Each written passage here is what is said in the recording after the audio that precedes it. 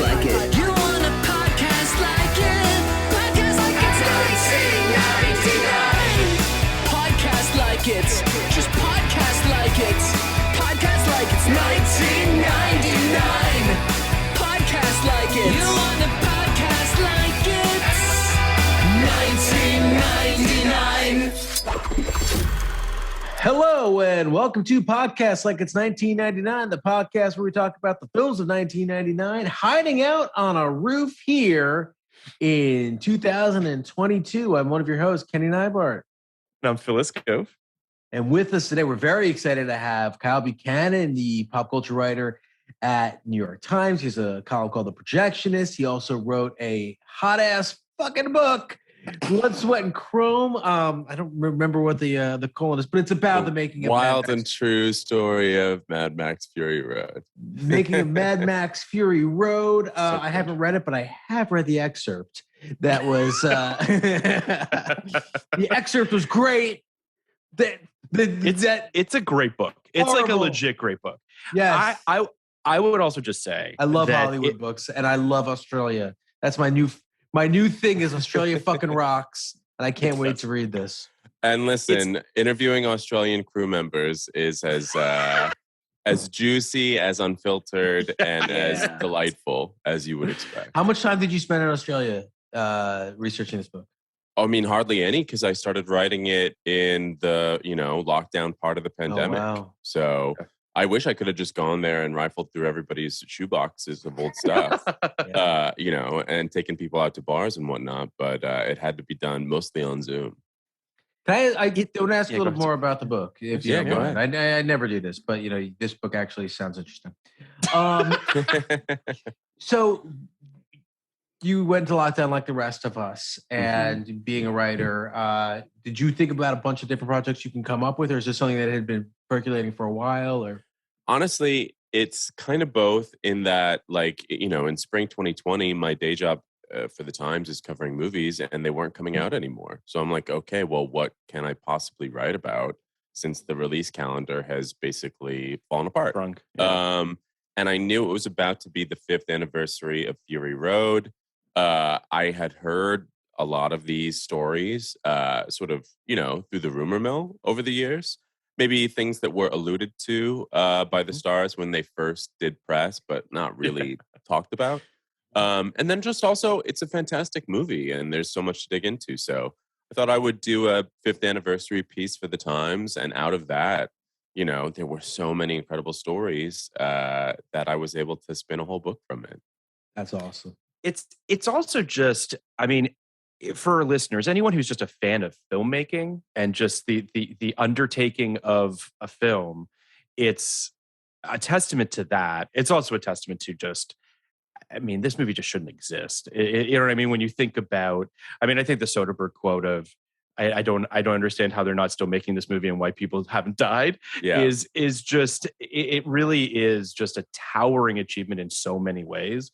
And then on top of it, that's like fucking crazy fun stories of just like, the shit that went down. I appreciate you putting it that way because, we're us and your listeners are them, which is to say that we're all people who are interested in like how things get made.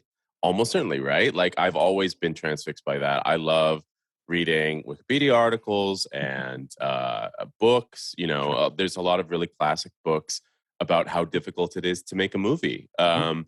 But the thing is that a lot of those books, like, John Gregory's Dunn's Monster, or The Devil's Candy about the making of Bonfire of the Vanities by Julie Solomon, so good, so juicy, so well written.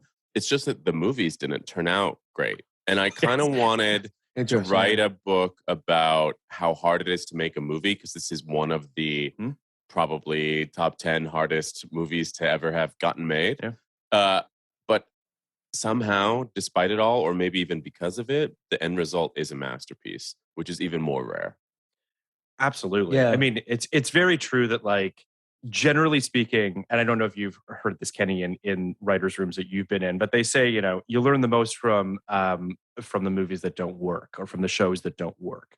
And I think there's something to that. And there's lots of great stories that come out of it. And yet at the same time, it'd be great if the good stories went with the things that actually turn out to be good movies, which is such a rarity, unfortunately. And this book is a testament to that. It's pretty, I mean, Listen, it's one of those films that I remember I went to see an early screening of it with a friend, and it just knocks you on your ass from like literally from the jump.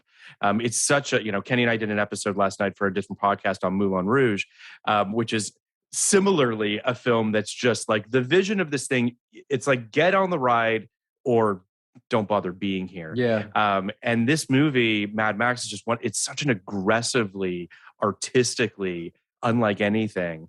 And I also think that, I imagine part of the reason that you wrote the book too is it's only grown in esteem since its release. I mean, the love for it is only going to get bigger and bigger and bigger as it continues. It's unbelievable. Australians just do it different. I mean, just do it better. The Cannes lineup might be official and released by the time this episode comes out, but the rumors have it that we are going to get, well, one is confirmed, Elvis, the new Baz Luhrmann movie, but then also George Miller's 3,000 Years of Longing. And I'm like, can I possibly take the new Miller and the new Luhrmann in the same week? Like, yeah. Plus, the Miller one sounds like people still don't really know what the hell it's about. It's crazy. It's crazy. You can we stumbled upon this Australian pocket in what we in our podcasting lives, kind of, and it's been wonderful. Like it's just been wonderful because I don't know. I mean, all these years we're in the middle of 99, obviously our podcast, and 99 is a very ponderous time. Right? So many of these films, including the one we're about to talk about, are, very, introspective and, minimalist, but, kind of hinting at larger themes or talking about existential shit. And the Australian films that we've covered, Big, Little, or In the Middle, do that, but, aren't so fucking precious about it. And also like to have fun and play really loud music.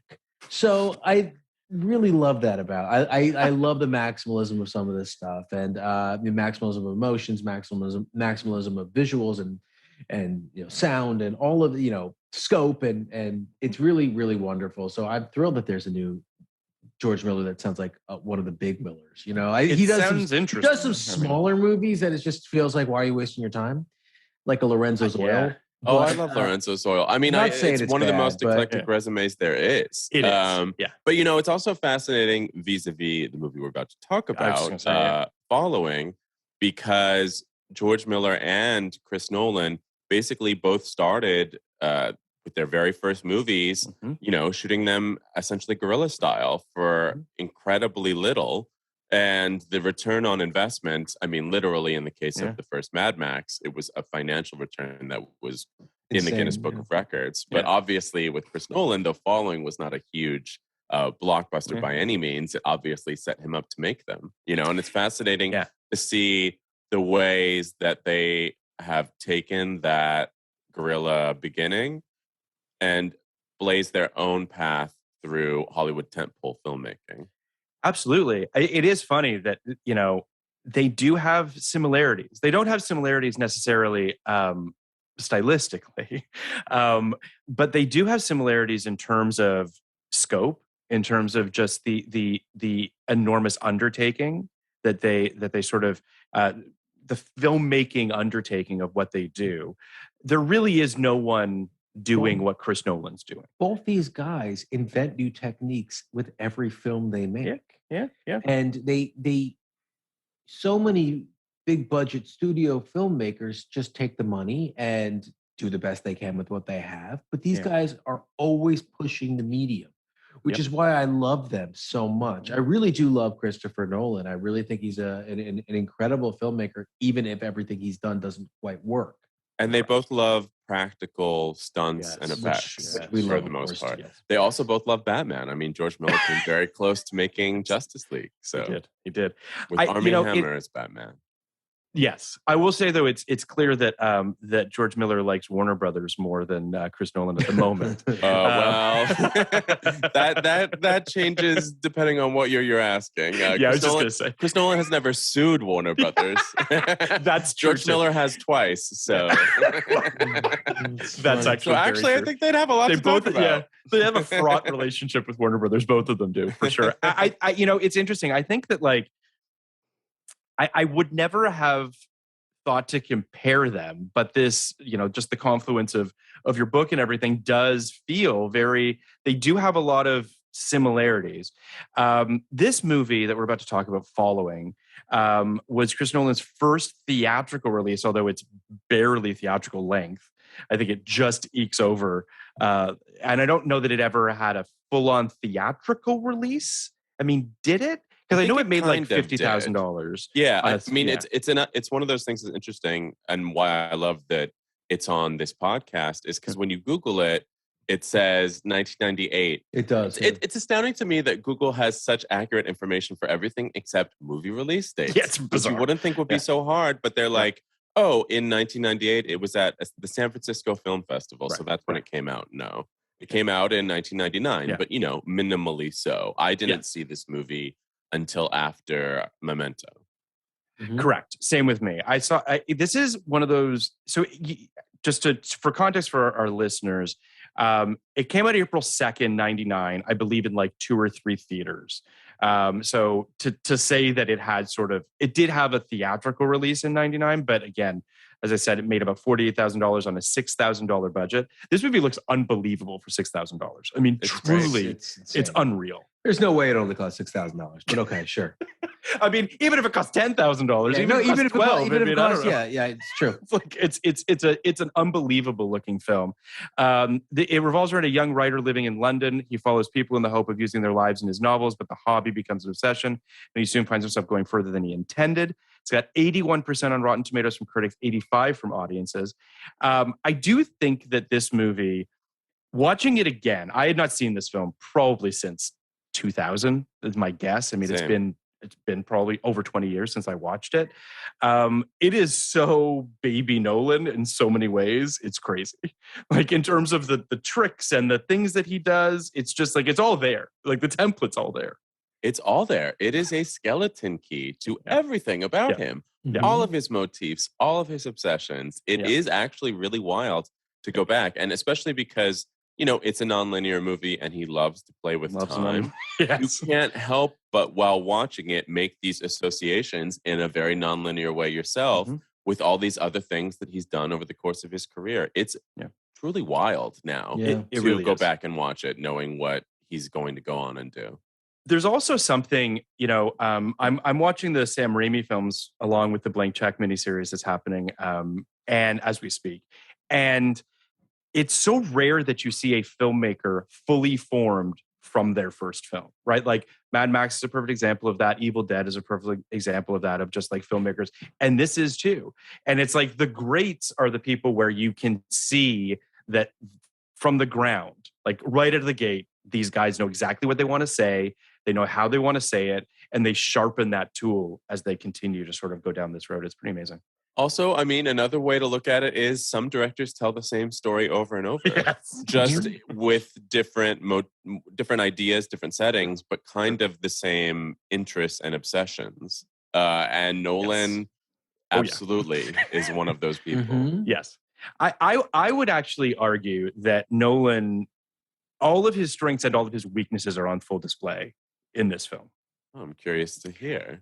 I think that, because I do think that he's not good at writing female characters. We all know that it's not one of his strengths. They tend to be, manipulative and lacking in depth and sort of foils to the male characters to some degree or another. And I also have to be honest where I don't think that I have as much of an affinity for Nolan when he's in crime mode as he is when he's not in crime mode. And he's almost never not in crime mode in some way. I guess what I mean is this movie and Memento and Tenant feel very much sort of, first of all, I as much as I love a fractured narrative, sometimes I find it a little bit just distracting and ultimately taking away from what he's doing. And I think that this movie and Memento in particular feel kind of a little bit more grimy and a little bit more sort of, what's the word I'm looking for? I think that when I speak of his not crime movies, I'm speaking of The Prestige. I'm speaking of Interstellar. I those think are the ones you love. Those are the ones you prefer. I do love those films, and they will be. We'll talk about our top fives at the end of this episode. But I do tend to think that and I do think Inception is a masterpiece and is sort of a crime movie, but not 100% really. a crime I think movie. The Prestige is almost a crime movie in that it involves elements of detective work and heisting. You know, he loves a heist. I guess that's He loves true. getting away with something. He Yeah. loves. That I guess sort of I'm thing. just. He does love. I mean, I'm pushing. criminals. I'm pushing. The I know you are. I know. definitions. Well, I know for sure. But I also think crime is Memento's not really a crime movie, but it's an underworld movie, which is like, or and I think that's kind of where The Prestige is as well. There's two guys who are basically plumbing the depths of the earth for a better trick. Which I guess I'm just I don't know what it is about this film and Memento in particular, and Tenet, which I really don't like Tenet. Just spoiler. I found Tenet to be infuriatingly up its own ass, like the most, like Nolan just. But I think it's literally up its own ass. I think the film is shot about. upside, yes. Inside his ass. Yeah. Phil, would you mind just very briefly giving out your email address and phone number for the Nolan fanboys? For the Nolan fanboys, bring it. I mean, listen, I love Nolan, and I will speak at depth about the things that I love about him. But I do think that he does have some flaws. I don't think that he's a perfect filmmaker. I do find myself sometimes wishing that I've really come around on Interstellar, which was a film that when I saw it in the theater, I didn't love. And subsequently, I've really come to love it. And I think it's his most open-hearted movie. I think it's his most familial movie. I think it's a very it's not a surprise that Spielberg almost made that film. Like, I think there's a lot of heart in that film, which is something that I don't think he tends to have in his movies. They tend to have this coldness and they keep you at arm's length. And that's one of those things that I find a little bit tough to kind of break through sometimes. Well, that's interesting. And I think that's why I actually do like Following a lot and appreciated it more, is because I know there are people who cry their eyes out at Interstellar and find that to be their favorite Nolan. But particularly because of what you're describing, I don't necessarily buy that warmth and that emotion from him. I don't think that he instinctively goes there himself. It just doesn't connect with me. And I actually think that the very sort of spare, mean feeling of Following is the more provocative path that he could have like taken. And there is like a cleanliness to his movies, even if the structure seems very convoluted. Like it's very strict and specific the way he engineers absolutely everything about it. But there is just like a sort of scummy malevolence to Following that and Memento. I think they both are. Oh yeah, for sure. By the way, Memento. And Prestige. Like, let's just I think you, because when you're talking about the other path that he could take, Kyle, I think that was really interesting. I always think of Nolan's career. I think Nolan's career is a very interesting one, in that I think he made 4 films before Batman Begins, right? He made this, he made Memento, he made Insomnia. And Prestige. No, Prestige was after Batman Begins. Oh, so then it's only 3. Yeah. Before. Okay, so he made these 3 films before, and Insomnia is a very scummy film as well. It is a little scummy. It's a crime film. Very, I think it's kind of, to me, his most boring film. But it's a sleepy movie. It's a sleepy movie. It's a wakeful movie. It's a bright movie. It's Robin Williams notwithstanding, who's awesome in that film. It's pretty standard. It's Nolan. It doesn't have the Nolan imprimatur on it the way I think other films do. I hear that. But I do think he was going down a different path. I think he was going down for lack of a better word, a script first type path, a narrative first type path, a narrative trickery type thing. I think you see it in this film where there's a trick ending. Memento to me is one of the great endings of all time.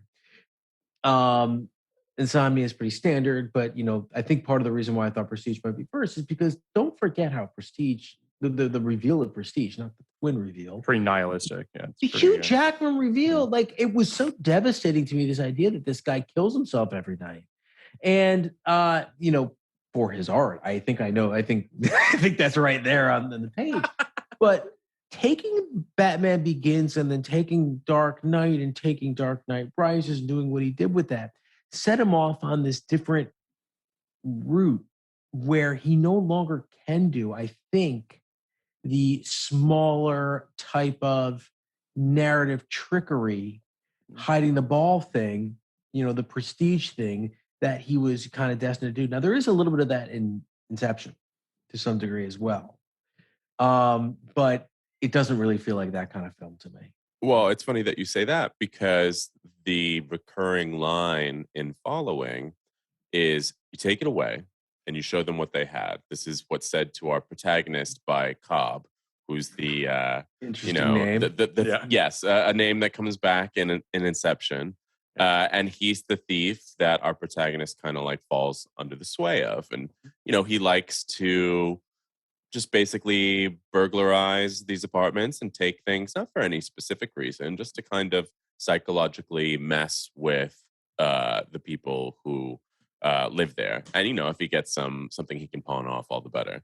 But they keep saying it over and over. You take it away and show them what they had. And it's impossible, especially when you're rewatching this with the eye towards what he would go on to do, to wonder, okay, so what if you did take those incredibly big budgets away?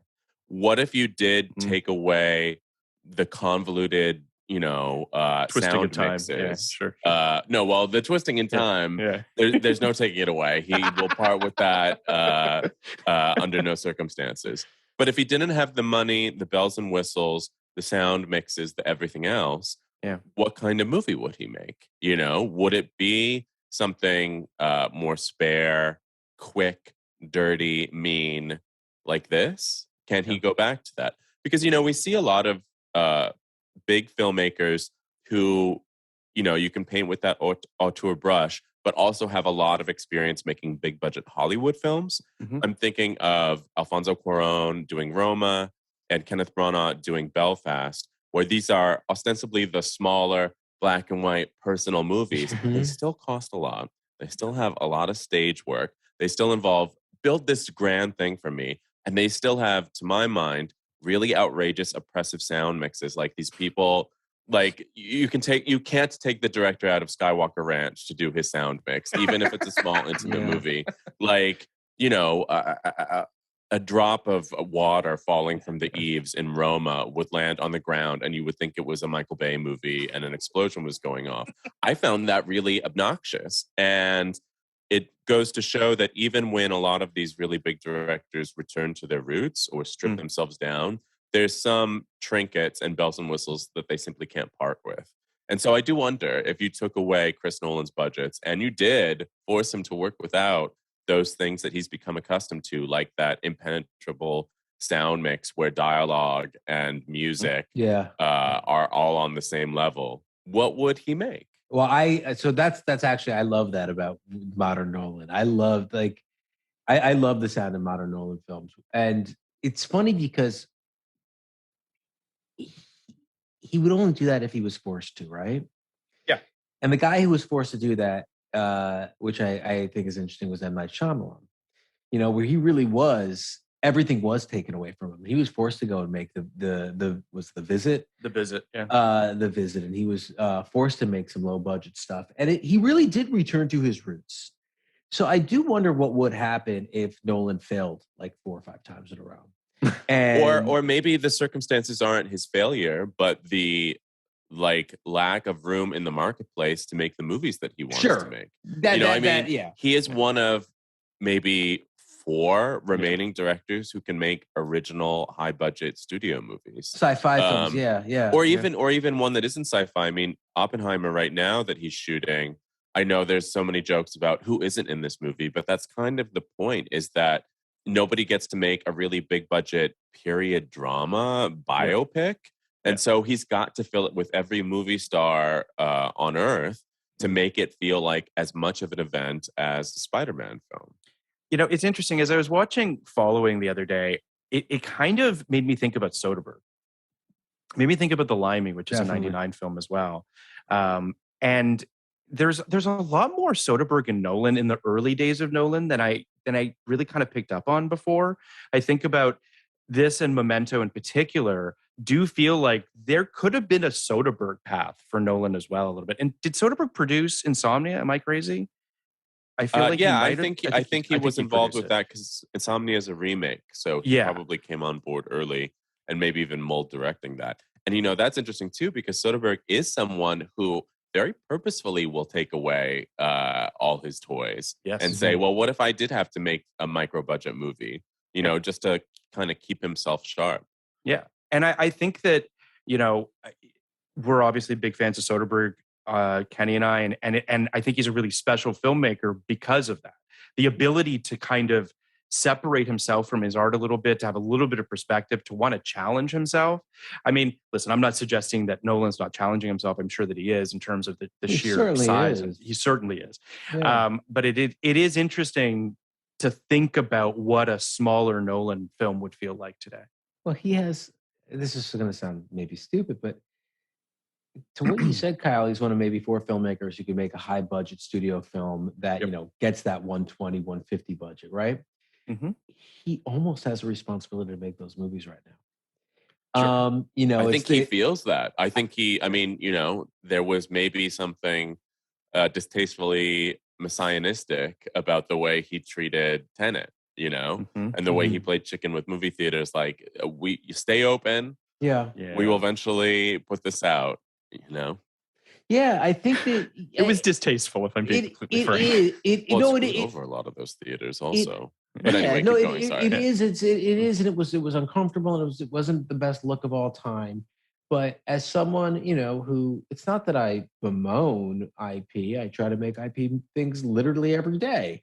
But as someone who certainly, roots for a world where original ideas can stand, shoulder to shoulder or a little higher than IP-driven ideas, the guys who are out there, guys and girls who are out there making original film on a healthy budget, I think, do they have a responsibility? Like, no, but kind of yes. Like, it's kind of important to prove that these films have an audience. That's why I root for dumb shit like Free Guy and Ambulance and Lost City. I root for these like random ass shit because I want to believe that these things are viable in the marketplace still. Mm-hmm. I think there's no question in my mind that Nolan takes that responsibility very seriously. I respect that he does that. I love when I saw Dunkirk in IMAX, it is a glorious experience. Seeing his films in IMAX is everything that I love about the movie going experience, right? The sheer size and scope and technical proficiency of what he does is pretty much unmatched right now. And I love that he cares that much about it. The Tenet situation was just unfortunate because I felt like he was just he was not seeing the forest for the trees in terms of like the pandemic and what the world was going through. And he had this terrible fear that movie theaters were just going to go away if he didn't stand his ground. And then there was the whole debacle with HBO Max, and now Universal has Oppenheimer, and we'll just see how that goes. But I agree with you 100%, Kenny, which is that it's important that we have original films. I remember, Inception comes out in 2010, which is 12 years ago now, and I'm sure we all remember it did incredibly well, and everyone was just like, he saved the original. Original films still have life because Inception can make a shit ton of money. Is he the only guy that can do that right now? I don't know. I really don't know. Yeah, it's a handful. It's Spielberg, Chris Nolan, Jordan Peele to some extent, although I don't think he's necessarily working at that budget range. Sure. But certainly when it comes to original ideas. James Cameron. But Fincher isn't making theatrical movies anymore. Right. Yeah, no, it's true. It really does feel as though there's a very small pool of people that can do it and are quite frankly interested in doing it. There's a lot of people that are just sort of, happy to be making a mid-range budget art film, quote unquote, or whatever the case might be, and trying to get in the conversation for awards or what have you. And they don't need to have, Nolan's budgets are what, $150 million, $200 million? They're staggeringly high. Also worth noting that Nolan was maybe one of the very last directors who could have the budget evolution that he had. I would say maybe him and then maybe Ryan Coogler, where you would make a small movie, then you would make a somewhat bigger movie, and then you would make a gigantic studio movie. You know, so you had the in between phase. You didn't just immediately leap to tentpole filmmaking. Yeah, it's it is interesting. You're saying that intermediary step, that Creed step, doesn't really exist anymore. Like Chloe Zhao made 3 very small movies, and all of a sudden is making the Eternals. Marvel movies. Yeah. It is. Yeah, watching Following, it did make me think about what a smaller movie would look like from him, but also, if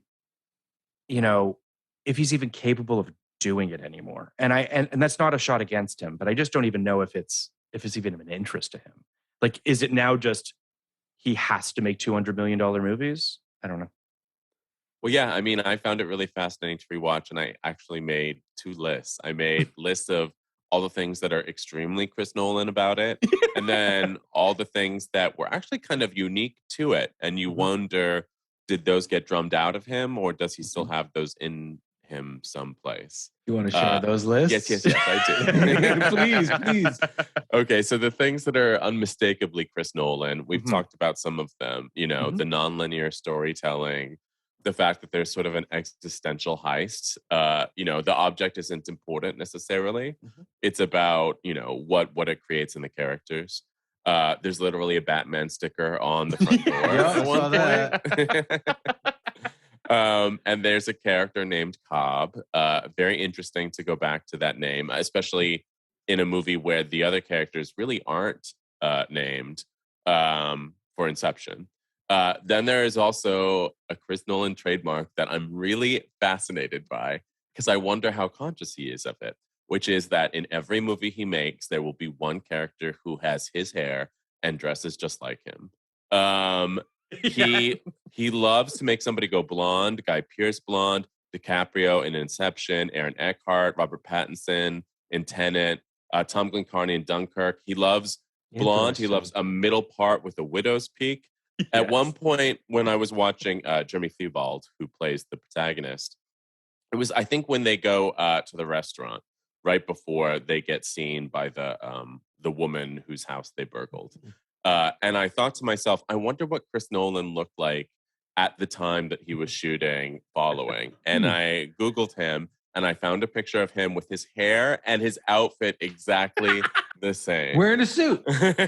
Well, actually, what's interesting is that, the Cobb, who's sort of nudging our protagonist to become more like him, is nudging him into like wearing a suit and doing his hair a little bit different. But you have the 2 versions of Chris Nolan. You have casual Chris Nolan, which, the widow's peak and the kind of messy hair, maybe like a chambray button up. And then you have Cobb, who is formal Chris Nolan, wearing the suit, much slicker, literally slick back hair. I always find that fascinating. I cannot wait to find out who the Chris Nolan is in Oppenheimer. Like, who will it be with that cast? We better have at least one. Oh my God. Seriously. Maybe a handful. Yeah. But the things that are unique to Following that I actually appreciated more knowing the path that his career goes down is that I think it's like kinkier and sexier than any of the movies that really follow it. Memento is sexy. But, I think he's on the whole, a very sexless filmmaker. He has his obsessions, and sex doesn't seem to be a part of it. Inception is a movie all about dreams. Maybe repressed it, yeah. Inception is literally a movie about dreams that has no place for sex. So I don't know. Yeah. He's just dreaming about buildings and action. But the idea of like love is of interest to him, like breaking down the notions of love to some degree. But to your point, he's interested in the idea of love vis-a-vis like loyalty and fealty and friendship, which are themes that come up a lot. Even Tenet, there is essentially a love story of a sort between John David Washington and Robert Pattinson, but there's not lust. And I don't know. I thought it was actually kind of fun to have Following be a little lustier, a little more like kinky. There's literally panty sniffing. There's voyeurism. You know, I appreciated that. And that also makes it feel a lot more Hitchcockian. Like this movie is very Hitchcock, very strangers on a train, these two men who are bad influences on each other. And there's a savvier one who's maybe not showing all of his cards.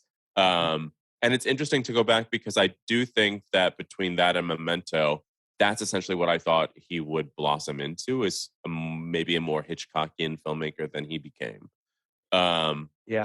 Also, it's short.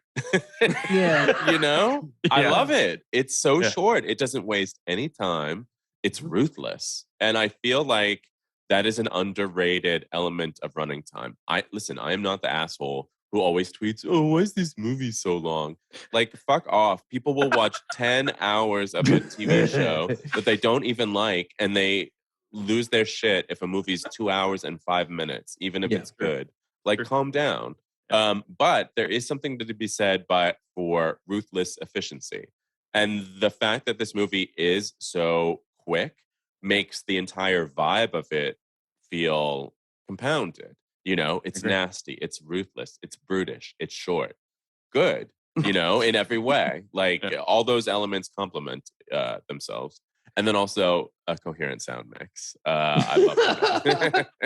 You know, it's kind of it's interesting you picked up on that duality of you know, kind of scuzzy Chris Nolan and put together Chris Nolan.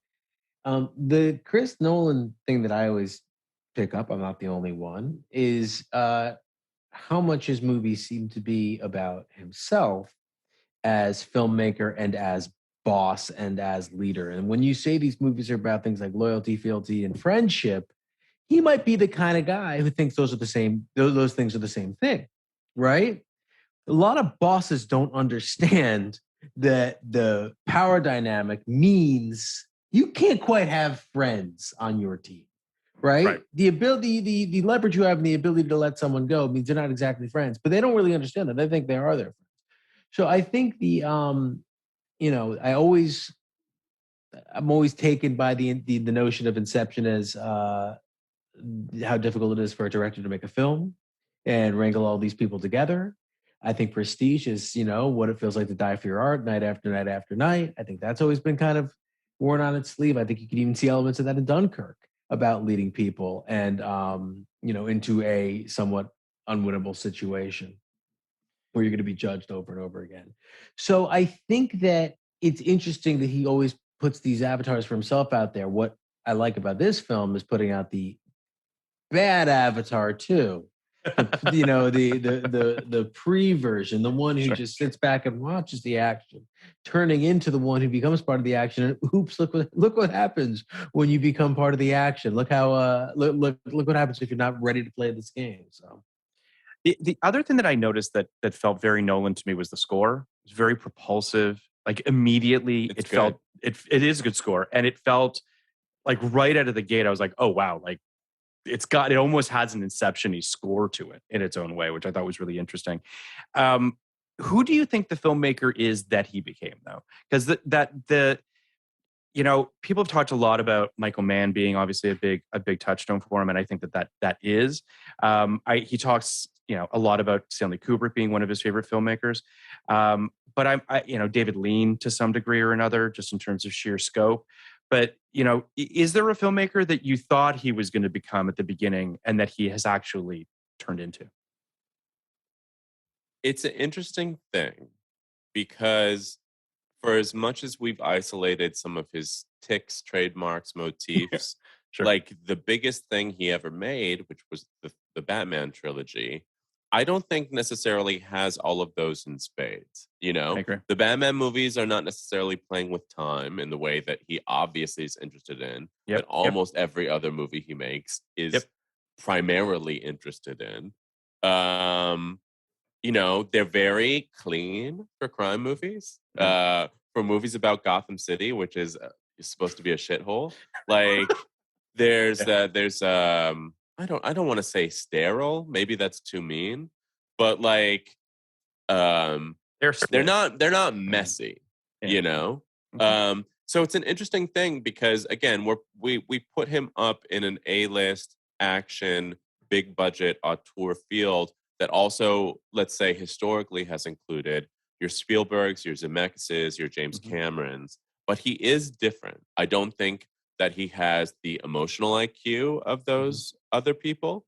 You know, even James Cameron, who's such a taskmaster, there is a very earnest beating big heart, time. and he's interested in love, and he has his kinks for sure, in a way that Chris Nolan just doesn't let on. So it's weird because in some way it's impersonal, or at least not giving up the things that would put a more personal stamp on it that feels like specific to who he is as a human. But his interests are always very obvious. Very much so. Yeah, I mean, I do think that um, one of the things that I'm kind of fascinated by is the way that he makes period pieces. I mean, he's made 3 of them: Prestige, Dunkirk, and now Oppenheimer. So we don't know what the third one will look like as of yet. But they seem otherworldly. You know, I think Dunkirk's a fascinating movie insofar as that it doesn't really feel like a period piece. It's a very strange, very interesting, very calculated. I mean, his movies are very surgical in the way that they're made. But he sees the past as, I don't know, through a lens that I find really fascinating. Well, yeah, I mean, and you would hope so because he likes to play with the idea of what even is the past. Yeah. It's also a really fascinating thing because he likes to challenge the audience in a way that the other men that we named don't do. There's always some element to, I mean, not always, but often, there's an element that will really specifically challenge the audience, whether that's the sound mix, but often it's the non-linearity and the absolute, I'm not even going to hold your hand about the non-linearity. You know, you're not going to get a lost whoosh as we, you know, go into a flashback. It's just going to be the next scene, particularly, and it's going to this disorient movie, you. Yeah, I mean, this is a disorienting movie. You do have to kind of catch yourself, remember where you are.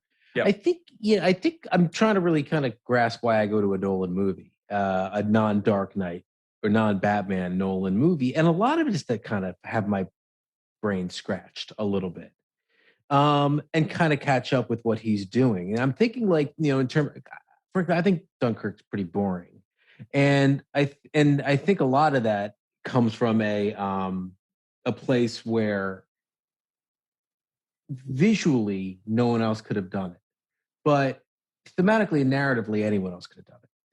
And whereas The Prestige isn't really, it is a period piece, I guess, but it's a science fiction movie, right? You're dealing with an element Time there. travel, yeah, or I guess teleportation or whatever you want to. Yeah. Yes, you know, you're dealing with someone. Yeah, I mean, it's presented as a battle between 2 magicians, but one guy actually finds real magic, which, you know, is didn't actually happen. I think it was 1920s Colorado. Yeah.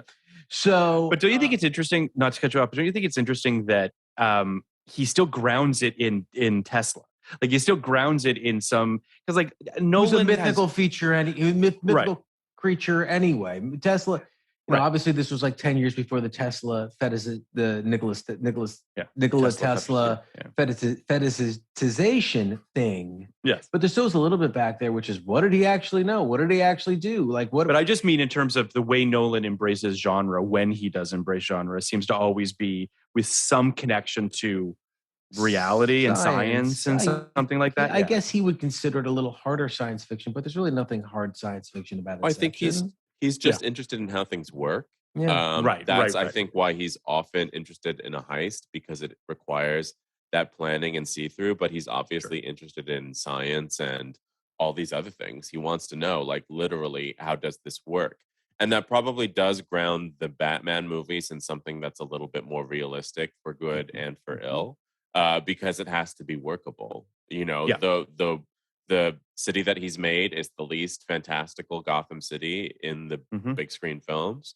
And, you know, so is essentially the Batman and the other people who populate it. Yeah, it is very, to your point, Kenny, there is something very sort of interesting about how he handles anything even touching the supernatural. You know, I just don't think he seems comfortable in it. Or No. yeah, A shame. He's not into it. It does not interest him. He's Yeah, more interested yeah. in like, I don't think he's interested in like magical hand waving. He wants No. to know, like, you know, in the same way as the Prestige. And that's why I go back and forth on the Prestige. Like, you know, he wants to know what is the sort of scientific method behind everything. Yeah. And you have that sense from him as a filmmaker, you know, that he has really thought out all the like, how does this work of everything. It's I don't know. I'm talking myself out of Nolan. It's cheap. It's cheap to say. It's cheap to say. I think this could maybe possibly work because Nikola Tesla was working on something like this. There's no teleportation. That's not a real thing right now. So like that's cheap. It's cheap to present this as this is kind of real and I kind of figured it out. Just like I always like I love Inception. I love the experience of watching Inception, and I think there's some really exciting ideas, and it flies for me. And I think it's really cool. But like the way it's presented as a dream within a dream moves slower, as if that's scientific. What? Like and then Wait, a dream within a dream within a dream moves even slower. Like no, that's not universal. That's not scientific. That is you're cheaping out with something that I think a kid would think of. Well, but I Like- do appreciate that at least it's like, you know, that he's thought it through and like, here are the rules of the game, you know, as opposed to just kind of like hand waving it. It doesn't I agree matter. with that. Like I he do knows his own too. rules. He like he would write his own Wikipedia entries for these films if he could. You get that I sense. hate to say this about Nolan, but I do too. I am very, very pro rules. And I'm very, very pro someone, you know, kind of like in a very elegant, non-expositional way, laying them out, even though this movie isn't Inception's an hour of exposition, it doesn't even bother me. I think it's so beautifully told. The dream within a dream within a dream thing, every rule in Inception feels very first drafty to me. It feels like we're gonna figure out something better later, you know, that feels a little more dream logic-y and not so much like, have you ever had a dream within a dream? And it feels like a lot of stuff is happening within that dream, more than it could happen in those 8 hours. We can do better. Like, we can do better. I don't know that I agree. I mean, I do think that Nolan's specifically Inception is the one that if you put under a microscope, it's probably not going to hold up logistically, like the logic of what's going on. It definitely doesn't because it's dream logic. That's what I'm getting at. Mm-hmm. It definitely doesn't because it's dream logic. And a guy like Lynch doesn't even bother to say this is why it's happening because you're already in a realm where they have no rules. I don't mind that he's saying like this is now a science where you can enter someone's dreams and this is what happens within them. But I do mind that it's so similar to what, you know, anybody would come up with that I think we could go a little, you could do a little I do better think work that, there. I mean, Inception is one of those films where every time I watch it, and I've watched it many times. Me too. I do find myself just completely swept up in it. Me too. And it's, you know, and we'll talk about our top fives at the end, but, you know, I do think that it's arguably the most Nolan movie, right? Like if we're quantifying that, it does feel, to me anyway, in my humble opinion, it feels like it checks the most boxes of the list that you just outlined, Kyle, right? Like the most Nolan-y things exist within Inception. Right. And I, you know, sorry. And just because it has these things that I don't completely love, I'm not going to not love it because it has some wonky stuff. I absolutely love the film. I think the other thing, Kyle, you said that has kind of, you know, forced me to kind of reevaluate what I think about Nolan is how utterly sexless his films are. And the way that, you know, when Tenet comes out, I hear a lot of people talking about how there is some, you know, love story bordering on lust thing between John David Washington and Robert Pattinson. My feeling is that's a lot of wish, like a lot of wish casting. There's no lust. It truly is that. It's people bringing their own things. I mean, love stories, sure, it intimates, but again, that's very off screen, like the idea that these two men have become, you know, important figures in each other's lives, but not during the time period that we see. The only lusty thing or kinky thing in the movie is when Elizabeth Debicki stands up and she's 5 inches taller than John David Washington, and she kisses him on the forehead. I was like, that is specific and kinky. Lean into that. Literally lean in the case of Elizabeth Debicki.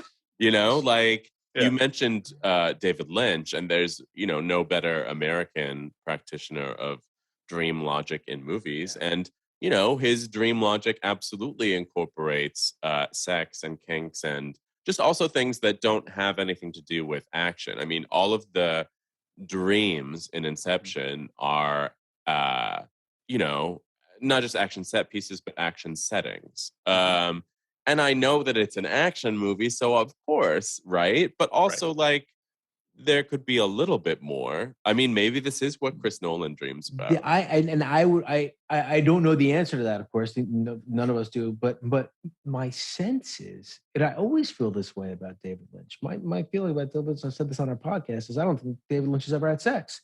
David, I disagree. David Lynch is a stud. He has great hair. I'm not saying he's not a good-looking guy. He's dated Isabella Rossellini. He's had sex. And like a lot of beautiful actresses. No, but I'm joking. But I think I think that there is something about the way that sex is portrayed in David Lynch movies and TV shows and in Twin Peaks that feels to me like, and this is where I was going with this, that David Lynch has a healthy fear of sex, sexuality, and what sex begets.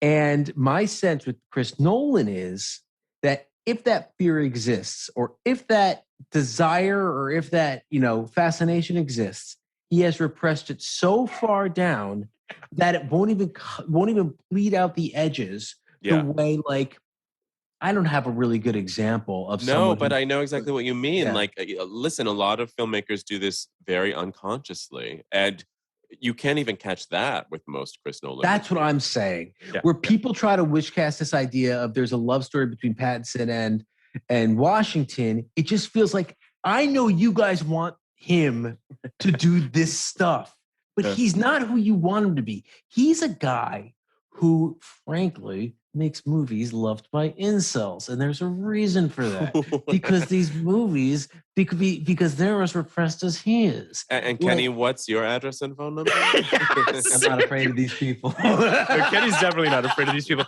I'll just say this: I do think that. What was the movie I called the incel movie? God, I mean, you've called many movies incel movies. Oh, well, some movie that people love is an incel. I do think, though, we've talked about this on other episodes as well, but because, you know, this is 99, there was just a different landscape that existed, right? There were a lot sexier movies. You know, we've talked about the death of, I mean, Karina Longworth right now is doing a whole miniseries on erotic cinema from the 80s and 90s and the lack thereof that exists now. I mean, it's, you know, Kenny and I were texting about this, like, what was the last sexy movie that was a big hit? We're like everybody on the internet. I mean, we're obsessed with erotic thrillers right now. We want them to come back. Yeah. Right. And it's interesting because I think that as you stated, Kyle, Nolan's got it in him. Like, it was there in this movie. You know what I mean? It was even there in Memento. And he just sublimated it and just like, no, I don't want to do this anymore. Yeah, Memento, the vibe between Guy Pearce and Carrie-Anne Moss is very hot. I mean, also literally, he has tattoos all over his great body. His old body. He's, you know, constantly shirtless. There's and, you know, listen, does every movie need to be stuffed with sexual desire? No. But it is interesting because, I mean, are we going to say Zemeckis movies are like super sexy? No. James Cameron, absolutely. Yes. You can absolutely pick up on James Cameron's sexual interest when you watch his films. Spielberg, less so as well. But he has his moments. Still, I mean, Spielberg is well aware that people have sex. And like he especially in his earlier days. I mean, Temple of Doom is very sexy. Raiders of the Lost Ark is very sexy. I agree. I want to write for Zemeckis as a sexy filmmaker. Some of his movies are kind of overtly sexy. What Lies Beneath is an overtly sexy movie. That's true. But Back to the Future is about what would it be like if your mom tried to fuck you. So like his sex thing is askew, but it's there. Like that, like his like exciting thing all comes from this. Like, well, and also romancing the stone. thing. He does romances at least. Chris Nolan, the way he treats romance. Yeah. I mean, the irony of it is like this dude could make an erotic thriller. He could make a techno-erotic thriller. Like he just could. And I think like which is kind of what people thought Tenet was going to be before it came out, because we didn't know anything about it. And there was a projection of that on. Yeah. I'm trying, like I do, as someone who likes big-faced mean girls, I do think there is something to the idea that what exactly is Cobb in love with when it comes to Mal? And it might be how fucking bad she is. And her fucking name is Mal. I mean, come on. And there is something there that may be the seed of like, okay, this is what you want, or this is what gets you going. Well, so here's an interesting thing. If we take all these things we're talking about and we apply them to following, I know that Phil, you mentioned at the beginning that the female character is a little bit thin, and she is sort of like the standard femme fatale trope. But what you realize by the end of the movie is that the actual femme fatale is Cobb. He's the one who is luring our protagonist into his web, kind of making him over and using him like completely. She's almost a red herring for it. So, no, I think that's true. I mean, I don't mean to suggest that Nolan is incapable of writing or directing interesting female characters. Like they're all interesting. I'm just not convinced that they're as complex as they can be. I'm not convinced that the male characters interact with them in the most interesting ways. I mean, I think that Mal is, kind of, you're right to underline her, because she's one of the more interesting ones, because she's painted in a way that is, through the dream logic of that movie, you're unsure of what you're looking at a lot of the time and which version and all that sort of stuff. I was going to say also all of your criticisms of her are blunted by the fact that she's a projection of our male characters. Exactly. It's and Elizabeth Debicki, whose character I don't know the name of her character in Tenet. I love Elizabeth. She's great. She's never an Elizabeth Debicki. I don't care if her I love that he lets her be tall. I love that he uses her. She's so tall, in fact, that she's able to unlock a door from the back seat of the car at one point. So good. Which is great. But she's, I think that Elizabeth Debicki is an interesting and compelling actress. I'm not convinced that role is all that interesting, but she's very watchable and there's something going on there. Another Australian. I think she's an Australian. I just think that we all long for him, I think, as a filmmaker, to stretch his wings a little bit and to try to challenge himself a little bit more creatively. And I wonder whether or not he's just not interested in doing that. I do wonder, there might be a somewhat even more personal connection than we have all of the information to dig into with following. But knowing that Chris Nolan's has two brothers, one of whom is a writer like him, and one of whom is a criminal, it kind of reframes the sort of central idea of how easily you could toggle from one to the other in following. That is interesting. I think I knew the criminal thing. I did not. It was in the recesses of my mind and didn't. Yeah, the third Nolan brother is, I believe, a hired assassin who was imprisoned. So. Yeah. Which is crazy. I think, are you digging into this right now, Kenny? Sure am, pal. I think there's something, I think you have hit something, Kyle, there with how sort of, he is I think that Nolan's very in touch with himself and his art. I don't mean to suggest that he's not. And I wonder if he's just choosing not to dive into some things because he just doesn't want to, I feel like I Okay. implied earlier that his films are sort of impersonal, and that's not the right word because they're obviously so specific to him Mhm, and what mhm. he's interested in. There just always is a reserve to him. You know, even at his most maximal, there Yep. is a little bit of like, I want to keep you either unmoored or Mhm. at a distance from me. Mhm. Like, Even in his interviews, oh, he he's a is deadly very. interview. He's the most boring interview. Have you I swear interviewed to him? God. Like you watch him at a Q&A, he Yeah. seems totally genial and fine, Yeah. but he Yeah. doesn't give you Anything. anything. The only thing I ever saw, and I not saw, listened to. I don't know if you guys have listened to his episode of Desert Island Discs for the BBC a few years ago. It's the most candid and open he's ever sounded. He sounds like he's having the best time of his life. I don't know if it's because he loves the show, grew up with it as a kid, and was just excited to be on it. But listening to him talk about his favorite records, he just really just opens up. I think it's also because like they're not asking about his movies. They're not asking about any of that shit, right? Like it's just him talking about his personal connection to music, and it's really fascinating. He genuinely sounds the most human he's ever sounded. The most personality I've ever seen him display is when Warner Brothers fucked over all their filmmakers with the HBO Max situation. And suddenly he Yeah. was so scorned and Yeah. Yeah. catty and interesting. It Yeah. was like suddenly he had the ammo to go off and write the best breakup album ever. You know, he did seem very yeah. energized. Yes, he did. Yeah, it was So very maybe Taylor that is in Swift him. moment of him. Yeah, Yeah, It was. He's gonna yeah. go remake all of his Warner Brothers movies now.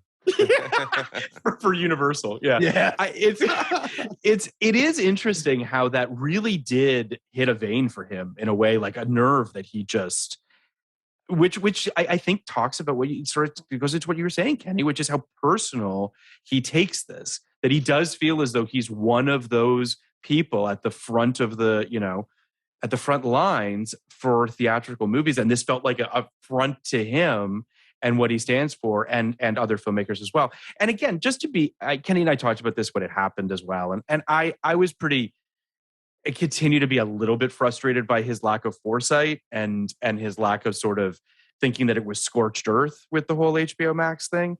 I think that it would have been, I think that hindsight being what it is, he probably should have just, I don't know, taken a breath, counted to 10, looked at the situation 6-8 months from then. But obviously that wasn't the case. And he decided to just, do what he did. Well, listen, I have a lot of complaints about how he handled the whole tenant release situation because I think he kept teasing those theaters to stay open when they didn't have product and their overhead was running out because he said, we will be releasing it. And it just kept getting pushed back really to the detriment of the theaters that I think he wanted to save. That said, for him to be willing to burn those bridges with Warner Brothers, I thought was a valuable use of his cachet. That absolutely did like set off a 4-alarm fire about like, how can we treat certain filmmakers this way? And will this inhibit us, And the Scarlett Johansson Black Widow thing was another example of that. And sometimes you have to be willing to spend that cachet. We haven't seen him historically ready to, to go there, but I like a Chris Nolan who goes there. For sure. And I said this to you, Kenny, when it was all going down, but there's a part of me that feels like, listen, I agree with what you're saying, Kyle, in terms of the fact that he needed to use his moment to like throw down and to shine a light on something. I also think that Chris Nolan could be doing any number of things to be supporting young filmmakers in any number of ways, of which he's not doing, right? Like I would wager he thinks that what he's doing to support young filmmakers is like keeping theaters alive.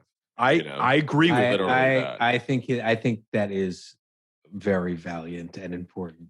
I'm not saying it's not, but I also think there's other ways that he could be, there's any number of ways that he could be. He doesn't even produce anything, really. He could be using his name to get people produced Man of Steel. Man of Steel. But like every he could be he could be using Syncope to produce any number of young filmmakers and use his clout in that way, and he doesn't. Like, well, it's an interesting thing though, because if he was producing young filmmakers who were making things like Following, those films would not come out in theaters. I mean, maybe he could try. Maybe that would really be him flexing those muscles. But like, that's all I'm saying. But something like Following, or let's be real, even a $40 million movie like Inception, Mhm. Yeah. or no, not Inception, Insomnia. Yeah. Would that come out on anything but like Amazon or Hulu or Netflix now? I mean, I just to be very clear, Kenny, I'm not disagreeing with you in the sense that his efforts to keep theaters open is valiant and he should keep doing that and bang that drum as loud as he possibly can. But I also think that he's a very powerful guy. And my fear is that he's using a lot of that power for his own films and maybe could be using some of that power to get some other films made too. I mean, he could be doing both. I guess is all I would say. Is he could be I doing agree. both. But Absolutely. it's part of me wants to say he's fighting a losing battle, and then part of me wants to say, this stuff is sick. This stuff is secular, and you never know what's going to happen in the future. And you never know people are going to, come out of this pandemic and just want to sit in movie theaters. And you better hope that there are movie theaters around and movies to be shown in those theaters. And if guys like Chris Nolan are punting and putting their films, and frankly, I would include Soderbergh in this too, because Soderbergh has basically punted and decided to put everything he does on streaming. And I think that's to the detriment of the industry. I think it's to the detriment that these fairly large movies that Soderbergh is making, Kimmy and No Sudden, what was it called? No Are Sudden those, Move. are No those Sudden fairly Move. large? What's that? Are those fairly large movies, or are they like?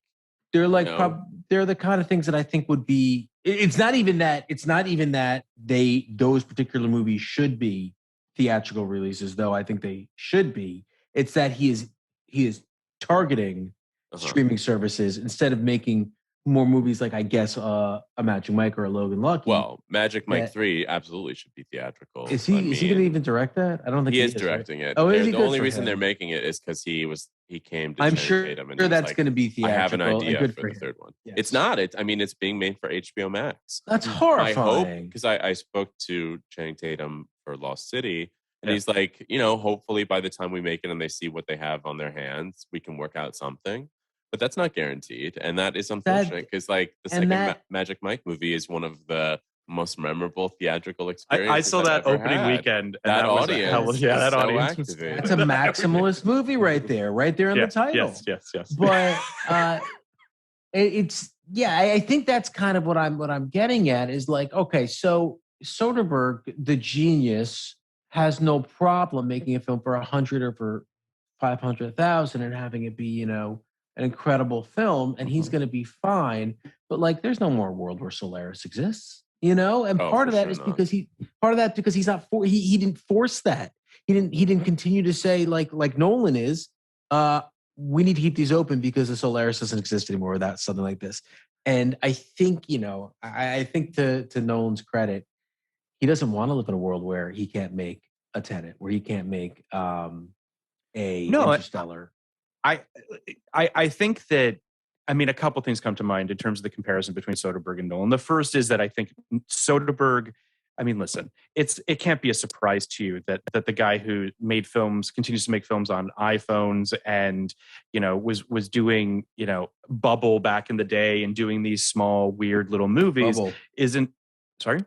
Bubble, yeah. Doing these, small, weird little movies doesn't so much care about where they're released so much as that he gets to make them. Like it's not a surprise to me, but I do think he has. I think there might be a moment where Soderbergh looks in the mirror and says, "Man, it's really sad that I made Magic Mike 3 and it's going to go to HBO Max." And part of that is because he didn't push he didn't push the boundaries of the industry the way I think he could have. But I don't, look. He also retired. Also maybe yes, the retirement. The brief, but potent break from making any movies at all coincided with streaming services coming up. So no, I don't the landscape started to change. He's his own guy. He can make whatever he wants, and I love him for it. I love that Soderbergh, can do anything. I just am happy that there's a guy like Nolan who says no. If we're gonna, if Warner Brothers is going to give someone $200 million, it has to be shown on the largest screen possible with incredible sound And it's not the same experience. It's not why any of us got into this, right? Nobody got into this to show movies on HBO Max and Netflix. You know that I agree with you, Kenny. By and large, from 30,000 feet, I love the theatrical experience, and I try to go and see movies whenever I can. You're a movie goer. I'm not even a movie goer. But I also don't know that it's necessarily a totally binary argument as well. And I think that the filmmaker that jumps to mind is Fincher. I think that Fincher is one of those guys who, doesn't care about shooting on film, doesn't care whether or not this film gets seen in a movie theater. And I think, he's one of our favorite filmmakers, Kenny. So like, it's not as though it needs to be one or the other.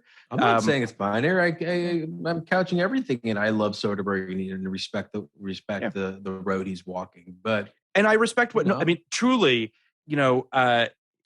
first of all, what you were saying, Kyle, about I didn't wait years for David Fincher to make a movie and then have it beat Netflix's Mank, though. Listen, I'm not a Mank stan either, but I think it's more Netflix's Mank. I do think it's worth noting, if Kenny's going to talk about, filmmakers of a certain stripe and a certain access and ability and budget level abdicating, let's put out an idea of a responsibility to keep those theaters humming. You could also lay some of that blame at Fincher's feet. For sure. And I think that, listen, there's an argument to be made for, House of Cards being the tip of the spear when it came to the whole streaming movement, right? I think that David Fincher is kind of an agent of chaos. I think he kind of likes that. And I don't necessarily have a problem with it, but I also want to see David Fincher films on the big screen. I think about seeing Gone Girl and Girl with the Dragon Tattoo and Benjamin Button on these big screens. Zodiac, they all look fantastic. He should want that. These guys can do whatever they want, but I think what I'm trying to say is the Fincher route, the Soderbergh route, a lot of, even the Scorsese route right now. Yeah. This is the path of least resistance. And, it's the path that gets their movies made is maybe the more. But maybe there's the same thing. Maybe we're saying the same thing. And Chris Nolan is willing to take that stand. The harder path. Yep, I agree. That's what I'm getting at. Scorsese's made what now 3 movies in a row for streaming services, and it's great. Get your movies made, but also you're Martin Scorsese. You can do whatever you want, and if you tell someone I want this in theaters only, it's going to be in theaters only. Maybe Netflix won't pay you, but someone will. Now I don't know if Apple's going to release Killers of Flower Moon in theaters. I'm sure they will in some way. But yeah, I think it's complicated. I think that, not to be vague, but I do think that, Spielberg has a hard time getting his films made. It's not like everything is, I think that Lincoln was a very hard film to get financed in a lot of ways. And ultimately, I think the movie still made like $200 million worldwide or something like that. But my point is that like the landscape is changing. I think that that movie theater chains aren't going anywhere. I like to hope that we're going to have more. Believe that. I hope that's true. I don't necessarily believe that. I think that, listen, maybe I'm being naive. It's very possible. But I look at your Alamos and I look at the various sort of the changes that are coming with perhaps studios opening their own movie chains. I think removing the middleman could be an interesting way that changes could make the mid-budget movie exist again. But, I could all just go away and people could just turn their homes into home theaters and that's that. It would be a bummer though. But I do think that back to Nolan, I'll just say that I love that he's fighting the fight, Kenny. I agree with you on that. I don't think that's going to stop anytime soon. And I think that Marvel movies are going to continue to be, what they are and getting people to theaters. What, $1.2 billion for Spider-Man doesn't show that people don't want to go to the movies. It shows that they want to go to that movie. Correct. Yeah, people want to go to that movie. That's 25 films in. I on one hand I can love Spider-Man, which I did. On the other hand, it means nothing to me that it does well. It doesn't it's nothing more than a nice little moment. That's why a movie like Lost City, which I haven't even seen, is a movie that I'm sitting here, fucking have my pom poms out for, because more movies like Lost City. Yeah. So yeah, I hear that. Yeah. I mean, listen, I think that what I do think is interesting about this entire conversation is that it sparks from a relatively sparse film that was shot over the course of a year in 15-minute increments, essentially, because they all had full-time jobs. It was shot on Saturdays for $6,000. And now Chris Nolan is who he is. It's very pretty cool. incredible. Could we pause briefly? Yeah, absolutely. Yeah. Breaking. Did you take a Will call? Smith banned from Oscars and other Academy events for the next 10 years. Yeah. 10 years. 10 years ain't a joke. That'll be fun when he shows up at 60 and gets a standing ovation. Is that the only slap on the wrist that we think he's getting, most likely? That's the like. I mean, what else could they really do? They could take his Oscar. Who? No, you send the LAPD to go take a Oscar. man's Oscar? That's not how that works. Can you imagine taking I his do Oscar? think that it's interesting. They didn't even take Roman Polanski's Oscar. I know. No, I think the 10 year get into a whole thing. The 10 year, and then you got to dig around to all the other people you've given Oscars to that you shouldn't have. And I bet that list is long. I think a 10-year ban is pretty impressive. Yeah. I mean, it's not like it matters. Like, dude wasn't going to go anyway for a while. But he remains eligible for future nominations and wins. Are you fucking kidding? It doesn't even matter. You're going to vote for him? I mean, I guess imagine.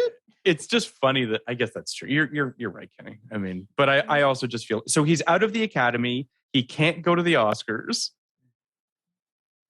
It's pretty amazing. 10-year ban. I mean, someone texted me the other day and said, Will Smith's the best thing to happen to the Oscars. And I was just like, I mean, people are talking about the Oscars more than they've talked about them. You were in the room, right, Kyle? You actually. Yep. Do you want to talk about it on mic or no? We can we can cut this though. I mean, I'm asking because I'd love to have it on mic if we can. I'd love to. Yeah, I mean, sure. All right. So, all right. As of recording this, we just found out Will Smith has a 10-year ban from going to the Oscars. Is that what else was it? Just attending the Oscars? Or any other Academy-related event. So he can't go see the Miyazaki retrospective. I think he could if he paid. I think he can go to the museum. Can he go to the museum?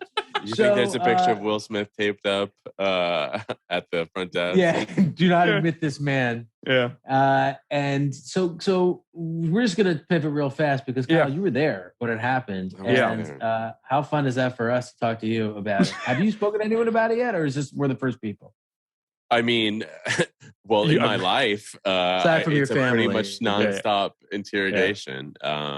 And that's fine. And I understand that because it was, a wild thing. I mean, what was the energy like in the room? Incredibly crazed. I mean, I think at first it was the same response as anybody watching, which is, oh, is this a bit? Especially because his back was to us when he hit Chris Rock. And also you just don't think it would be anything but a bit because why wouldn't it be? But then they started cursing. Chris Rock said, Will Smith slapped the shit out of me, which I was like, I don't think he would say that. And then Will Smith screamed twice, keep my wife's name out of your fucking mouth, which was like, oh. I mean, Lupita's face in that moment was everybody's face in that theater. And then from there on, no one's attention was kept at all. People asked me afterwards, what did you think of the Godfather tribute? Or what did you think of the In Memoriam and the way they did it? I don't remember those happening. And I was there. They happened in front of me. Like the only things, like everyone's attention was so diffuse. People were peering down at Will in that situation during commercial breaks. Even while things were happening, other things, everyone was on their phones, texting. Oh, there was a new development. Oh, someone tweeted that. While we were in the theater, everyone was on their phones. I barely remember anything. I don't remember anything Jessica Chastain said. I don't remember what the Coda producers said. there were really only three things that got the whole audience like snapping to attention again, which were when Amy Schumer made a joke about it, when Will made his Best Actor speech, and Liza Minnelli coming out and just not knowing if that was going to run smoothly. But everything else, I need to go back and just actually watch the show because it's just a fever dream from then on. And it's all anyone talked about the whole night, as you can imagine. Yeah. It was surreal on TV. It's one of those things where once you have grokked what happened, you're like, oh, we have all just witnessed what will always be the most like famous / infamous thing that will have ever happened at the Oscars. You know, trumping everything else. A filmmaker involved in what was maybe the number 2 crazy thing that ever happened at the Oscars texted me as the Will Smith thing was going down. And I was like, you have been usurped. This is going to be, I mean, you know, people have all sorts of questions or thoughts or takes about the morality of the act. And I just remain gripped by the fact that the act happened on that stage at the Oscars, and that, you know, 3 massive pop cultural institutions, the Oscars, Will Smith, and Chris Rock, were irrevocably changed by that simple thing that happened in the blink of an eye. And that could really have only happened in that situation. People who are like, oh, he needs to be punished so that a precedent can be set. That's never going to happen again. That only happened because of those specific 3 people on that specific night with that specific joke, and even that specific seating layout where they're not in a row of people. They're just, they were just sitting in 2 chairs that were right, like literally right in front of the stage. And everybody else was in booths. Like they were their own world that the whole show was playing to, you know? So it's just such a specific 1 in a million thing that would ever happen. And it's still wild to look back and be like, oh, that did happen. Yeah. I mean, it's watching it on TV. I was like legitimately shook by it, as were my friends. It created a anxiety in the room that was pretty fascinating. I mean, obviously I watched it with a bunch of friends who are in the industry, and we all like watching the Oscars and what have you. And I was texting Kenny about it as it was happening too. But it just was so, it shattered the image of this show as well. Like on some level, say what you will about the Moonlight La La Land thing, that was a happy ending. I mean, it was a weird, crazy thing, but Moonlight won an Academy Award, as it should have. And this was just the exact opposite of that. This was just interesting. Because I read a Scott Feinberg piece where he said, you know, the reputation of the Oscars is at an all-time low because of the incident. And I'm like, listen, there might be other reasons why, but I actually don't agree. I think perversely, this reinforces the idea of the Oscars as like an incredibly important cultural event. You know, where you do have to tune in to see what happens, and that, you know, the most important thing that happened in these people's lives happened at the Oscars, you know, which is a narrative that usually is all for the good, but in this case, you know, it's I would be surprised. I really do think, you know, every year people are like, are the Oscars relevant still to me? And I don't know that anyone would ask that after that happened. Oh, I agree with that. I'm speaking more to the fact that that moment had such a, I mean, we witnessed an assault. It was there's an edge to what we witnessed that changed how I viewed certainly that specific Oscars telecast.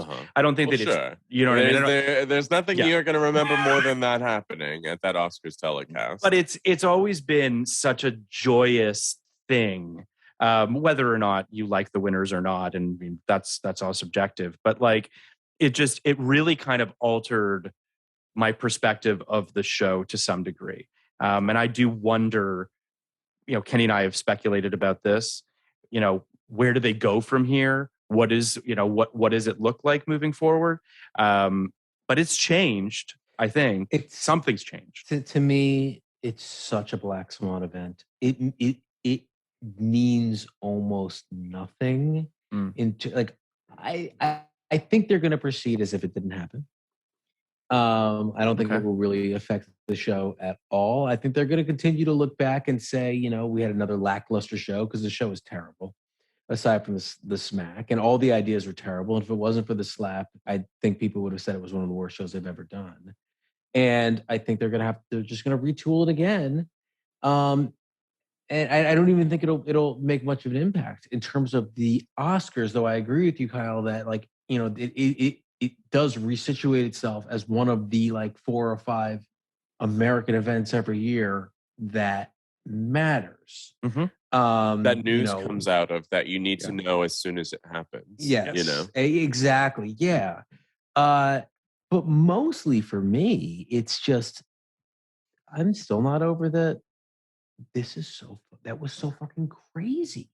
Every like Zapruder tape, moment by moment of it was so crazy. It's also just crazy because it was Will Smith, who is so in control of his own image. Yeah. And that it wasn't like it happened at the Golden Globes. It was the Oscars. It wasn't like it happened at an Oscars where he was a presenter. He was a nominee. And it wasn't like it happened at an Oscars where he was a nominee but wasn't going to win. He won after that. It's just this. It truly is. I said 1 in a million earlier, and that's probably actually too low. It's like 1 in a trillion. It only would have happened, I think, if it were that situation right, exactly. where he felt like the king of the room, which he was presented as, and positioned as. Yeah. I think that I've said this to Phil. It is such rarefied air to be in any one year that kind of anointed. We're giving you an Oscar for a performance we think is great, but also for your career, which we all respect and want to honor. It happened to like Julia Roberts, and it happened to that's Brad the fucking Pitt. List. Happened to Brad Pitt a little, but for a supporting performance. Sure. You know, like it is about timing when you're a movie star. At Leonardo DiCaprio, the timing. DiCaprio is a great answer. It was like answer. not till you're over 40. Yes. Yeah. Sandra Bullock, it happened with to some extent, where it's just like you've gotten there. This is serious enough, because what all those movies have in common to me is that this is not fucking The Godfather. These are just good performances and good serious movies for grown-ups. And you've got there, and you are going to be the king for this night. And he was the king for that night. And look what happened when one of his subjects stepped out of line a little bit. So he's a bad king, just like Richard. Yeah. It is. It should be said too that I do think, and listen, there's been a million think pieces about this, so we don't need to go on and on about this. But it being Will Smith is kind of also crazy in and of itself, because of everything that you were saying, Kyle. He's such a a composed individual, a joyful kind of character that we've loved for so long. He's the clean rapper. Like you can't. No, I know that's what I'm saying. I know. I can't overstate that.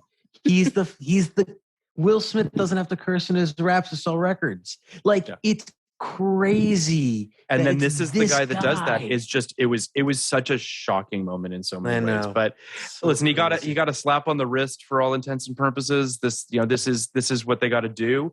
I actually think it's probably the best result, all things considered, in terms of they had to do something, but what are they going to do? What do you think, Kyle? What would you have done if you ran the Academy? Again, it's a 1 in a million situation. I don't know what they should have done on the night, but when people are like, they should have made a citizen's arrest, they should have set a precedent, so this will never happen again. I'm like, oh, you think Rachel Zegler is afraid she's going to get like popped when she goes up to present a Grammy next weekend? Like, come on. Yeah. This is 1 in a million. Honestly, the damage has been done just by him doing it to his own career and image. Above and beyond that, I'm not qualified to legislate, but I think that's apparent to everyone. You're qualified to speculate, though. I mean, I do think that, as we said, moments ago, they're not going to take the Oscar away from him. That he has, he left the Academy on his own volition, which I think, was the smart play to some degree or another. And they've banned him from the awards for 10 years. I mean, I don't know what else you can really do. He'll be fine. 18 months, he'll be back. Anyway, We shall see. let's just to wrap this up. At the end of our episodes, Kyle, we rate the film 0 to 99, 0 being the highest, 0 being the lowest, 99 being the highest. We rate it before the podcast and after the podcast to see whether the conversation has changed. I'll go first. I saw this film back in 2000, but I don't really remember it, so I'm not gonna put that in the grading here for me. I liked this film. I liked it being the skeleton key and this weird sort of opportunity to be able to see like where it all kind of began for him. As a film by itself, would I ever watch it again? I don't know. But I'd probably give it a 75 before the podcast and after this conversation. I think I'm at 78, maybe 79. I liked it. It wouldn't rank for me, obviously, as one of my favorite films of his, but I still quite liked it. What about you, Kenny? Exactly where you are, literally to the number, which we never do. But and I think I feel the same way you do too. I don't think I would ever watch it again. I've never watched La Jetée again, which I like. So it's like it doesn't mean that I don't think it's a great film. I just think it's I'm not really interested in watching an elevated student film more than once. That kind of explains this guy's career. I think it was a great film, though. 75 up to an 80. I do think it's a great, kind of first effort from a guy who is working on a shoestring budget and definitely pretends great things, which I think we've gotten from him. Well, so this does make my list of favorite Nolan films. Oh, wow. Are we still going to do our top Yeah, we're going to do that fives? after this rating. Okay, great. So I think I would give it an 85. I think I'm glad I did go back and watch it again because it really did take on new dimensions. Not just seeing the movie again, but also knowing what kind of sprung out of it. Like I said at the top of this podcast, it really is a skeleton key. And the things that are so unique to it, I really grooved on and kind of made it jump up the ladder for me as far as his resume. I agree with all of that. I mean, I liked it a lot more than I thought I was going to, because when I watched it after seeing Memento, it felt very slight back in 2000. And I remember just sort of being like, okay, cool, whatever. And I liked it a lot more this time around. But so we'll kind of go around alternating with our lists. We'll start at 5. My 5 is Batman Begins. I think it's a great movie. I think it's stylish. I think it was a game changer, despite the fact that everyone puts all the onus on Dark Knight. I think Batman Begins is the one that kind of really starts the whole trend of comic book movies being done in a different way. I just really love it. I think it's a great movie. What about you, Kenny? What's your 5? Well, middle fingers in the air. My 5 is Dark Knight Rises, a movie that I don't really understand why everybody hates. Wow. I really love the experience of watching the theater. I thought it was brilliant in the moment. I think Bane is a really interesting villain. I didn't hate the reveal at the end. I like Dan Hathaway's Catwoman a lot. I liked even Joseph Gordon-Levitt's reveal in the end of the movie. I like that it was actually about Batman, where most Batman movies are not about Batman. And I think it was a worthy kind of trilogy topper for this film. And I don't, I think it's just, conventional wisdom that it's like not a bad film, but like not a good film. And I think it's a very good film, in my opinion. Okay. What's your 5, Kyle? My number 5 is also Batman Begins. It's the only Batman film on my top 5. I think that there are things to really like and groove on with the other two, but I also have issues, like plotting issues, moral issues. Whereas Batman Begins, no notes. I think it's just a really good movie. I remember watching it being like, this is good, it's solid, like extremely skilled filmmaking, good plotting, makes that length feel like you spent the right amount of time watching everybody develop. Good movie. Yeah, it's an actual, like, it's a film. It's a, you know what I mean? Like, it's trying to do something, and it's clear that there's a vision here and a perspective, and it's also just really, really well made. All that stuff up in the mountains with Liam Neeson and him it's good shit. But interminable, but yes, good shit. My number 4 is The Dark Knight. I'd be lying if I said I don't enjoy this film. It's deeply rewatchable for me. I probably would have trimmed some of the fairy stuff at the end. But all that being said, I mean, Heath Ledger's electric. It's hard not to.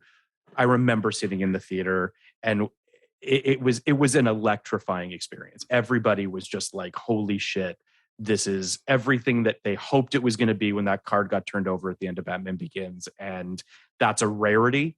And I understand why everyone's been chasing this dragon ever since. It's a great film. Kenny, what's your 4? My number 4 is also The Dark Knight. It's my favorite of the 3 Batmans, like a lot of non-Kyle people, but it's non-Kyle people. That's a great way of putting it. As you alluded to, Batman Begins is the one you don't have a problem with morally, and that is my problem with Dark Knight. It always has been. I think at the end of the day, it's kind of pro surveillance and pro nanny state, police state. That I agree with, for sure. And that's uncomfortable. I think, and it's uncomfortable, and it makes me kind of it makes me kind of reevaluate Nolan's entire oeuvre through that lens. And I felt that in the moment. I couldn't really understand why people weren't turned off by the we're going to watch everybody's cell phone thing. Yeah. But if I want to watch a Chris Nolan movie about surveillance, Following is right there, and it makes it sexy. We didn't talk about it, but the first 5 minutes of Following are so awesome. It's just a really cool way to start that film, and something that I have a little kind of fantasy of one day being a sneaky little voyeur, but I'm not going to do that. A little peeper. A little peeper. But back to Dark Knight. Yes. Every fucking thing with Heath in it's incredible. The opening heist is heat in a Batman film. I mean, with those masks and William Fichtner, it's so good. It's like such an amazing way to start that film and build off the film that came before, which would probably be my 6th. And everything he does is amazing, and everything else is not the best. Though I do think the Harvey Dent stuff is also very good before he turns to Two-Face. Yep. So, what's your 4, Kyle? My 4 is Dunkirk. I think it's the most purely awe-inspiring one of his movies. I did see that in IMAX. And just from the opening frames, the visual journey of it, the sound, everything is incredible. It puts you in war in a different way than, in World War II, we've watched many movies about it that cinematically place you there and give you a certain vibe, but that to me was unparalleled. The only knock against Dunkirk I have is that you eventually realize that all the bad war shit is just going to happen to like background extras and not anybody that you're actually following. And at that point, it starts to feel a little bit more like a fun roller coaster than a movie about the ravages of war. Yeah. I mean, the worst thing that happens to any of the characters is like a boy who falls down the steps of his boat, so when you look at it through everything that else lens, is to people who are just barely out of frame or in or who the camera is not tracking. So I think that's a slight miscalculation that does temper how I feel about that movie, but it's extremely well made. Yeah, I think it's a great film that I continually tell myself I'm going to rewatch, and for reasons that it just doesn't seem to happen. But I do want to watch it again. A lot of movies out there. My number 3 is Interstellar. A movie that I mentioned earlier that I liked fine when I saw it in the theater, and has now really become one of my favorite films of his, despite the silly fight between Matt Damon and him on a planet somewhere far, far away. That beef aside, it's a movie that for whatever reason, and there's many of them, is just really, really grown on me. I don't know. It's just, I think we talked a little bit earlier about Nolan and the whole research thing, and how sort of it's clear that he does take a lot of time and research into his work. And this film tries to be something close to being plausible, quote unquote. It does feel like he's approached it with a very sort of 2001 kind of perspective. It clearly is his 2001, I guess. And I do really appreciate that. Also, the filmmaking is just absolutely spectacular. Saw it in IMAX. That space shit in IMAX is just, it's mind blowing. So yeah, it's really, really, yeah, it's an all timer for me now. But Kenny, what's your 3? My 3 is Inception, which we talked about a lot. Love the film. What's your 3, Kyle? My 3 is also Inception. That's interesting. I think his best set pieces, I think that they're fun. Joseph Gordon-Levitt and that rotating hallway. I think the way time is used there works really effectively, as opposed to in Tenet, where there's this idea of like, oh, what if we do the action sequences backwards? And the result, when you see it, and it's really been building up to it, you watch it and you're like, oh, this isn't visually exciting. Like, it's like, okay, but I don't know. It doesn't have the oomph that the Inception sequences do. Yeah. My number 2 is The Prestige. We've talked a fair amount about it, but I'll just say that, I know that it's kind of the answer for a lot of people, the kind of, well, Prestige is my favorite Nolan movie answer that I see a lot of, that you do see a fair amount of people saying online, which I have no problem with. I really, this 1 and 2 change for me daily. I just think it's one of Hugh Jackman's best performances. I think that Scarlett Johansson is miscast, but I do think that there's a lot of really good stuff in it. I love the look of it. I love the vibe of it. I love him doing a period piece in a weird, cool way. David Bowie's playing Nikola Tesla. Like, I don't know. This is good. It's just good stuff for me. I really could talk all day about it. But what's your 2, Kenny? Also, The Prestige. Oh, there you go. A movie that I absolutely love, despite its faults. I think it's a really powerful film, and I think it's one that fulfills its super high concept weirdo premise.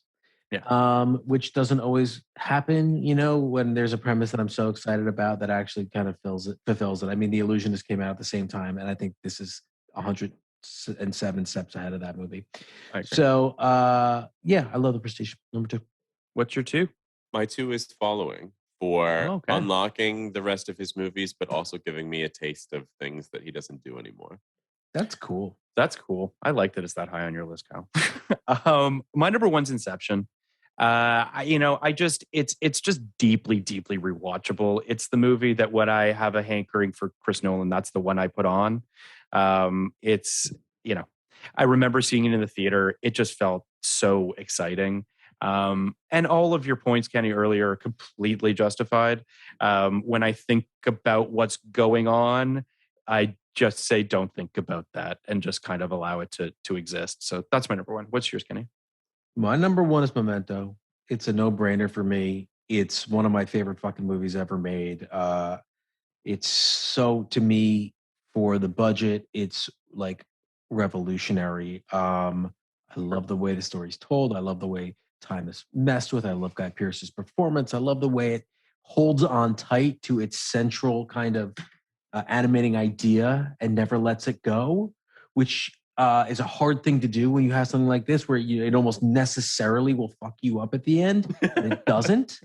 And I think about the ending of that movie all the time, and I always try to emulate it when I'm writing, and then remember, oh yes, like you have to build the entire fucking thing to get to this ending and make it play. So I absolutely love that film. To me, it's like not even a question. Kyle. Same. My number 1 is I had Memento. a feling that was. I was terrified that you both were going to go your whole top 5 without mentioning Memento. I was going to rip my headphones out. I was going to walk off. Not me, Kyle. Can be done on a podcast. Yeah, no, it's for me head and shoulders above all of his other movies. It has all the things that you want out of a Chris Nolan movie, but it's clever and grittier and realer and more intriguing and provocative. He is a filmmaker who likes to challenge his audience, but I kind of get the vibe of those challenges now, and I think Memento will still throw curveballs at you. Yeah. I just to slightly defend my lack of Memento on my list. I saw Memento in the theater. Indefensible. It might be indefensible, and that's certainly fair. I'm not as smart as you guys, because I felt like a big old dummy in that theater. I mean, that's the thing. It disorients you. It makes you feel dumb, and you're. How many times but have it's you seen exciting it? and I've seen it rewarding. so many times. Yeah, it's exciting and rewarding to like figure it out, and to go to a coffee shop after with your friends, as I did. We went to the coffee shop opposite the New Art in LA. I still remember the exact friends that I was sitting there with, and I remember us piecing the movie together. That was so much fun. I'll just say this. I saw it once in the theater. I owned it. I watched the DVD a couple times. I have not watched it in a very long time. I need to rewatch it. You could definitely get it. Yeah. No, it's on HBO Max. Yeah. Yes, I can watch it whenever I want. I'll just say this. I meant like grok it, to steal a term from Kyle. Oh, yes. I just for whatever reason the film left me a little cold. And I just didn't as opposed to the rest of his incredibly warm oeuvre. I know. I'm just telling you that for me, for whatever reason, it was a film that just didn't hit me on a gut level in the way that it hit you guys. And I promise you I'm going to rewatch it imminently, and I'm sure I will agree with you guys, and it'll probably bump Batman Begins off my list. Funny that you use the word warm too, because it also has the warmest cinematography of a Chris Nolan film. Without question. Ambers, reds, oranges. Interesting. Which he does not tend to use. I'm excited to watch it again. There are a few movies that when my kids are ready, I cannot wait to show them. And this is high on that list. Like, I just know that there are a bunch of movies, particularly from the 90s when Kyle seemed to be right around our age, were those, those twisty movies that really got me excited. And some of them aged well and some of them aged poorly, and some of them, you see the threads now and you don't. I don't think you see any of the threads here. I think this is a Swiss clock. I think this is really like just a thrilling movie-going experience. And as a guy who's been defending the $200 million movie all podcast, like this is proof. This is proof to me that like you only need about $3 million and a few incredible leads. Like the 3 leads in this are so fucking good. 2 of them from The Matrix. 2 of them from The Matrix and 1 of them from LA Confidential. It's very cool. Like on the like of that moment casting. I love it, and I love. I swear to you that I'm going to rewatch it. His look in this movie is so cool. I just like that light suit, blue shirt, blonde hair. Oh. Who's that remind you of? Tattoos all over his body. The tattoo part. Yeah. Not very Chris, but. Kyle, this has been an absolute blast. We really, really appreciate you taking the time to come on here and talk with us about Chris Nolan and your book. Everyone should go out and buy your book right now. It is a fantastic book, and they can find you. Where can they find you, Kyle? They can find me in the New York Times, and they can find me on Twitter at Kyle Buchanan, and in bookstores, Blood, Sweat, and Chrome. I'm going to start reading that tomorrow. Please I'm going to order it right now. You're gonna love it, Kenny. Can't wait. It's really something. I love special. The Devil's Candy, but I'm always upset that the film didn't work out. So, what are some other ones that you loved that kind of inspired you real fast? The books about filmmaking. Those 2 absolutely did. Devil's Candy, Monster is great. It's John Gregory Dunn and Joan Didion getting brought on to write this hard-hitting drama about a newswoman who killed herself. And because of studio notes, it becomes up close and personal, a glossy romance with Michelle Pfeiffer and Robert Redford. Movie I love, but yes. Well, you know what? It's like effective for what it's doing. It's just so hilariously off base. It is funny. Intentions. So those 2 were really great. crucial to me. But this is also an oral history, and so Live from New York, the Saturday Night Live oral history, was pretty instrumental in pushing me down this path as well. I like a good oral history when they're done well. Melissa Mayers wrote an incredible oral history of Dazed and Confused that doesn't just give you what went on behind the movie, but also really effectively plays the guitar strings of like nostalgia and regret. Just when you think you have that book figured out, it pushes you into a more moving emotional place than you would think. And she's an incredible writer, and that's a great book.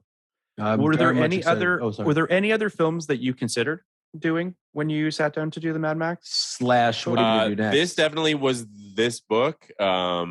certainly since I've written it, every interview ends with, "What book are you writing next?" Just like this one. Which is never a question I will ask any director again after having done this press tour. Like, what's your next movie?